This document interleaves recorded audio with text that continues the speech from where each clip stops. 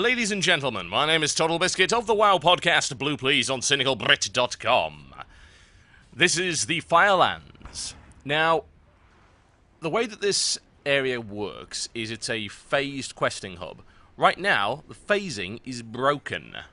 Well, at least it was when I phased in this time. Now, this gives us a nice little advantage when we don't get horribly killed by these dudes. The Obsidian Slag Lord, which means different things to different people. I think I've met an Obsidian Slag Lord in Newcastle once. It was unpleasant. Well, whatever the case, the way that this is currently phased is that once a Slag Lord dies, I'm free to explore the Firelands. Now, when I phase it again, it fixes itself. But this whole Obsidian Devastation thing he's throwing around is a little unpleasant.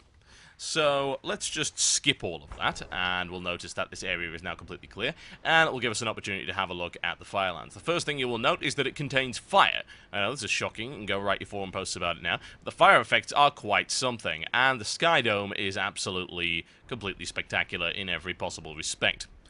As to how similar this area is going to be to the raid, I really do not know, honestly. We have seen some shots of the raid. I'm fairly sure there are areas of the raid which are not available in this daily questing hub, but I would also imagine that a lot of this terrain is going to be fairly similar.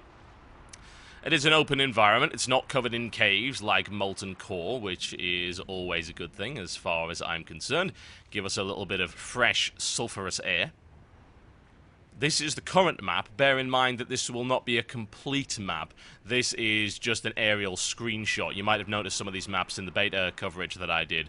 Those are incomplete maps, and I wouldn't expect that to be the case. Now, this is where Malfurion is supposed to be. He doesn't spawn in this particular phase for some reason, and you can fix that by leaving and going back in, if any of you guys are also on the PTR having this problem. So, let's not try and phase through the walls. That doesn't actually work. And we're going to go and have a look at something else while we're here.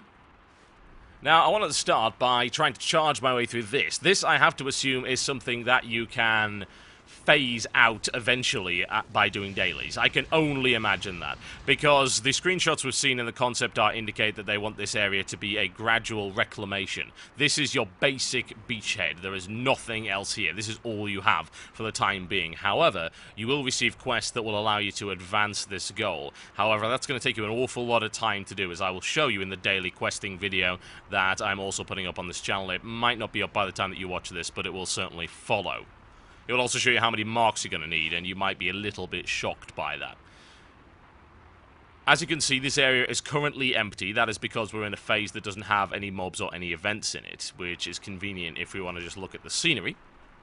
You'll notice the texture work is, in some places, very, very good, like, for instance, the areas with the molten runes all over them. I also like these rock formations. These are the kind of things that we don't see, and this is, for all intents and purposes, a very unique environment, regardless of the fact that it is full of fire. And there are a lot of areas in World of Warcraft that are full of fire, but in this case, you do have some significantly different geography and topography to look at.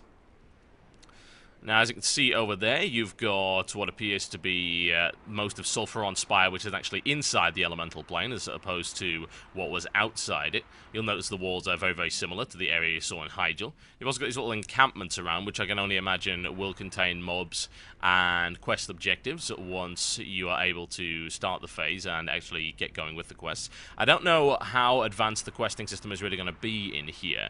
I'm hoping that what's going to happen is, as you gradually reclaim more and more of it, you're going to unlock quests that take you further and further into the area. That would make sense, and that would also be really, really good. It would also give me a reason to do these dailies. The amount of marks of the world tree that are required to advance this area seems to be pretty damn ridiculous, and I will show you that in the daily questing video. But whatever the case, I would imagine this area is designed to take a good few months of content to actually properly clear it. I can't see you blasting through it in a week. It's actually not going to happen. It is heavily gated. You can't get enough marks to access the later stuff. Aside from that, it's certainly a very good-looking area. There's no real doubt about that. I do particularly like the molten runes there. Very, very cool. And obviously the texture work on that is brilliant. I'm liking the fact that they make use of the new lava effect. That is to be expected, considering, like, hey, we've got a new effect. What we're going to do? Well, we'll just make massive use of it on pretty much everything we possibly can. It's also a fairly dangerous area, as I discovered in the dailies. There are an awful lot of mobs. There is a constant battle going on once you're in the right phase, and they don't let you just wander around the place. You will aggro mobs. Those mobs are fairly tough. As far as I can see, there's not all that many elites, although I would imagine there are elites as we go forward. We saw the Obsidian Slag Lord earlier. I can only imagine there's going to be more than just one of those. They'll probably be hiding around, making sure that you don't access areas that you shouldn't be in. Now, from what you've just seen, that's pretty much all that's accessible, aside from that fiery path that we can't get through right now. You cannot fly in this area, as you've probably figured out already. Makes perfect sense, and necessary as far as I can tell, and that brings me to the conclusion that that fiery path is a very important phased area, because they don't want you to fly over it, and there is no way to bypass it as far as I can tell.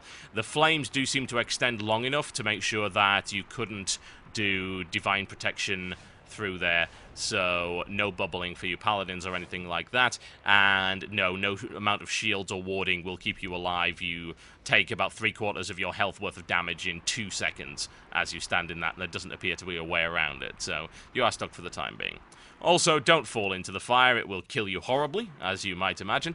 And that's pretty much it, folks. That is the tour of this particular area. Nothing to really see aside from that. And the next video will feature some daily quests, as well as a look at the fighting that's going on the Molten Front as the Guardians of Hyjal try to gain a foothold in the realm of the Fire Lord. My name is Total Biscuit, and I will see you next time.